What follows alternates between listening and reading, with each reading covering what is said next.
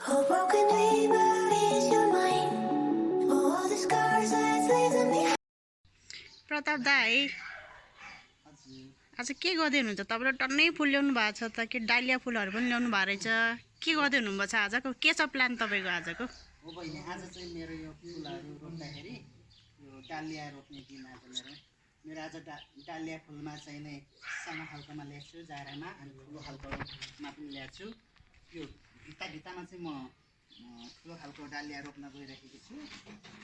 यो लाइनमा चाहिँ मैले यसरी मिलाएर ठाउँमा राख्छु जग्गा राखेको त्यही चाहिँ मैले यो सानो खालकोलाई चाहिँ चाहिने भनेको विशेष चाहिँ पाकेको गोबरको मल हाल्नु पर्ने हुन्छ गोबरको मल चाहिँ मुनिबाट हालेर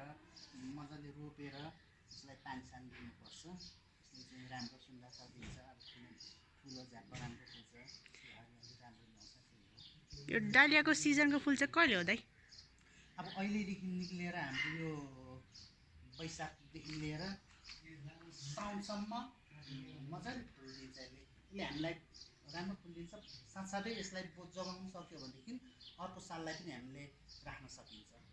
यसको चाहिँ विशेषता त्यही हो सुन्दरता त्यही हो हेर्दाखेरि राम्रो पनि लहर रोप्दाखेरि फुलिरहेको ढकमक्क हुन्छ राम्रो हुन्छ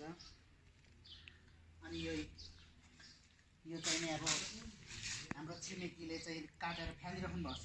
यो सबैभन्दा राम्रो चिज हो यो यसलाई के हो दाइ यो यसलाई हामी चाहिँ सुनाखरी भन्छौँ रुखमा टाँसिएर फुल्ने जात हो हजुर हो हाम्रो चाहिँ अब नेपालको चाहिँ राष्ट्रिय फुल लालीगुराँस भनिन्छ भनेदेखि हामी राई जातिमा चाहिँ यो सुनाखरीलाई चाहिँ हाम्रो विशेष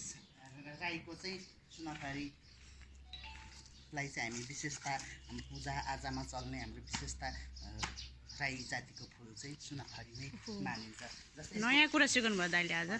यसको फुल कस्तो आउँछ भन्नुहुन्छ भने यहाँ पनि छ स्याम्पलको लागि यो अलिकति लहरी भयो यो चाहिँ अलिकति पोथ्रे यसलाई चाहिँ हामीले गमलामा पनि फुलाउन सकिन्छ यसरी कुहेको मक्कीको काठमा पनि बाँधेर हामीले फुलाउन सकिन्छ यो फुलेर सिद्धिसक्यो यहाँ कोपिला आइरहेको छ यो छुट्टै कलरको भयो यो छुट्टै कलरको सुनाखरी भयो यसलाई चाहिँ केमा रोप्नुपर्छ भन्नुहुन्छ भने हजुरहरूले जस्तै यो काठमा भयो काठ गाडेर यसरी सजाउन पनि सकिन्छ चाहिँ यसलाई चाहिँ नि गमलामा मक्कीको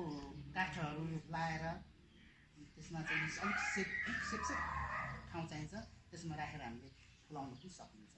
आज चाहिँ मेरो विशेषता रोप्ने योजना भनेको यिनीहरू हो हस् त यति नै हो थ्याङ्क यू दाइलाई वेलकम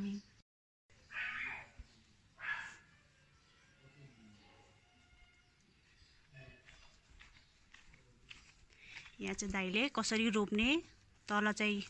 गाईको गोबर माथि चाहिँ माटो मिक्स गरेर यसरी रोप्ने भन्ने प्रोसेस देखाउँदै हुनुहुन्छ